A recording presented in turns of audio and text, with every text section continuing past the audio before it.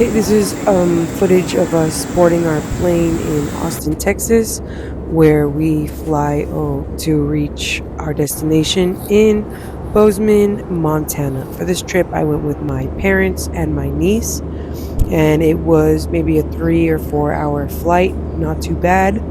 And we did go in July. So I had been researching, tips about flying to Yellowstone for several years, and a lot of people who posted vlogs about it said that the best time to go is definitely in July, where it's the warmest and you'll have the best temperature. So we finally landed. Here is the airport in Bozeman, and we flew out of Allegiant Airlines, and then we rented a car. So the car was ready when we got there, so we drove to our destination, and the cabin that I got was closer to Yellowstone. Actually, it was almost connected to Yellowstone National Park, and just some of the scenery that we passed through in Montana was absolutely gorgeous. And of course, the weather was also really pristine and beautiful. So here's footage of that. And we went, in July, you might think it was all hot and whatever, but it was beautiful. It felt like a Texas spring day, like a beautiful spring day in Texas. Okay, so there was immediately trails that we could walk on, just on the side of the road. And that's what I did. I wanted to just see, the beauty that surrounded us. And then, of course, we did have to meet our destination. Okay, and this was still Montana. I believe for our cabin, we had to drive to Wyoming, which was about an hour and a half away from where we were. So we were just kind of soaking in the beautiful landscapes and all of the scenery around us. And it was just nonstop. There were so many gorgeous places that we just got out of our car to just go hike. That's one of the things that I enjoy doing when I go to places like this, is that yes, you might have like somewhere you want to go in mind, but the beauty of it is you can kind of just stop at will and park your car and then just hike up and just enjoy everything that surrounds you. So we stopped for Chinese food for lunch, and then we headed to Yellowstone National Park. This was just right before we got into Yellowstone. There were just so many gorgeous spots all around us that we couldn't help but want to soak in the scenery and just kind of stop and enjoy it all. So my dad was driving, and I did fall asleep on the road up until we came up closer to the national park. And finally, I saw on the side that we were getting to the part where they had the beautiful lakes of sulfur. Of course, it is boiling hot water, so they did warn you to kind of stay away, stay only on the boardwalk, so you won't have any potential of falling off into the boiling hot water. I do believe that I recorded this on accident, so bear with me. It's only for a few seconds where it kind of looks all crazy like this, but I did get footage of the actual sulfur lakes, and I tried to get the famous ones with the rainbow Prismacolor, but I think the line around that one was really long. And we did want to make it to Old Faithful the same day, because it was quite a ride, quite a drive from there. So we were just trying to kind of like do the hike as far as we could. Don't put your hand in there. And this was the result of that. Okay, so here is where you could see better footage of the lake where it's smoking, and yeah, it was really pretty, and it did have a very strong smell. And this one, obviously, the colors are more vibrant, and then the one that's really, really famous also has really vibrant colors, and it did smell like a rotten egg.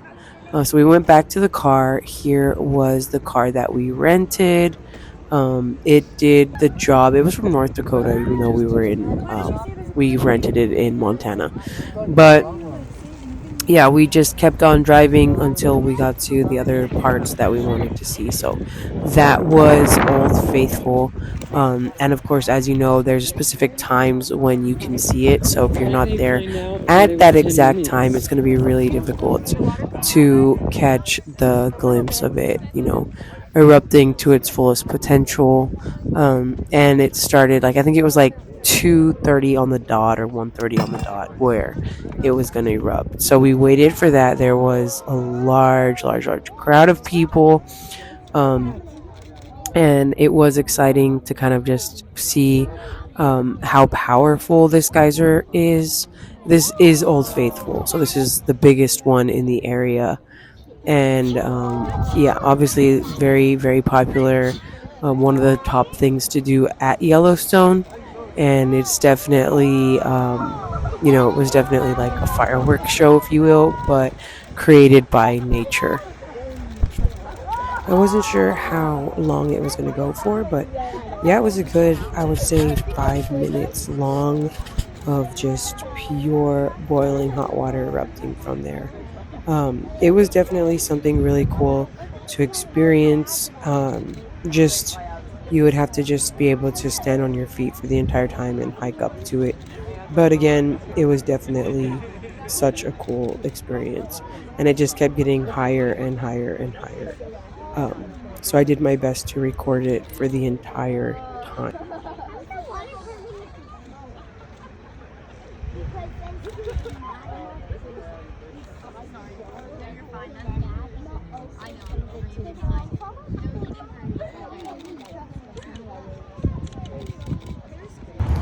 And afterwards, we started driving back to our little cabin.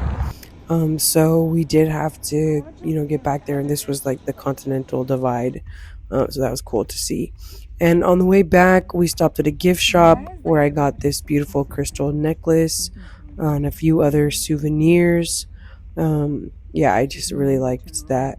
And then it was definitely a really long drive back that took us some time, and we were staying up a little mountain. We did see some buffalo on the way back, and then there was at one point a Because it's a large herd joke. of buffalo that we encountered, which I thought was so cool. That was one of the other things that I wanted to see while we were at Yellowstone, because it's one of those places where in the United States where you can see wild animals at their Yeah, I'm not prime. complaining. And that was one of the highlights of the tour or of the trip for me. The buffalo did like to stay by the water, the lake, and here Can was you smell the that? It smells herd of really them.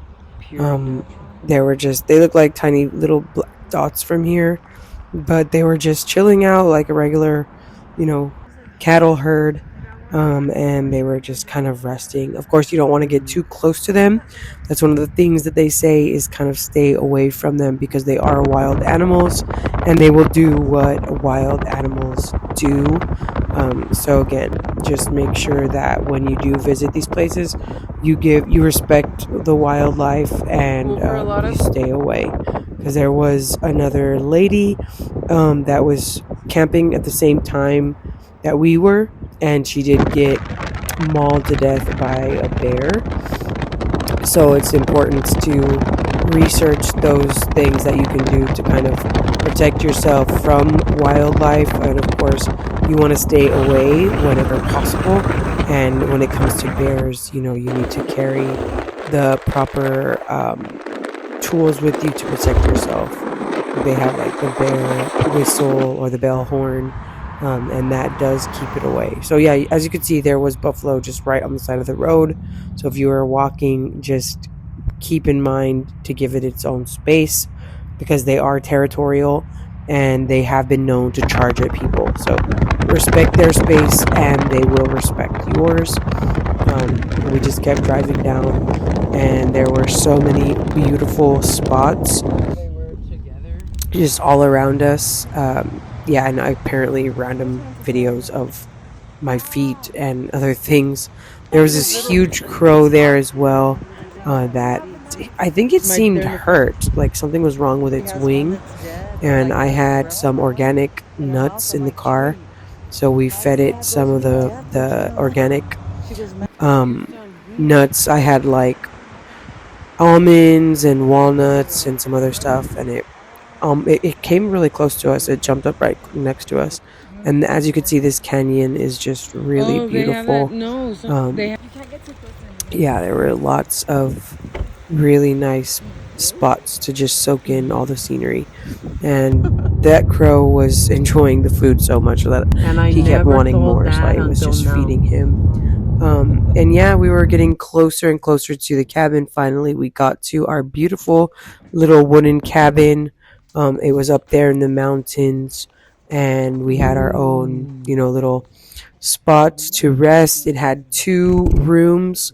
The bed in here, which was a futon, was not very comfortable, but the master bedroom bed was definitely much more comfortable. I liked the way that they had it decorated, and I booked it through Airbnb, so it was just an easy way to get our family accommodation. And I believe I paid around $800 for all 4 nights. And yeah, it was worth it. They had a kitchenette. They even had a place to wash and dry your clothes, and of course, the place that overlooked the whole little mountain was just gorgeous. I had my lunch or dinner, whatever it was, there, and then that was the drive back up and down the mountain. Oh, they have It that. was No, very narrow, so just be careful about that if you are going to drive up. So yeah, I hope you guys enjoyed our first day in at Yellowstone, and I will post the other videos.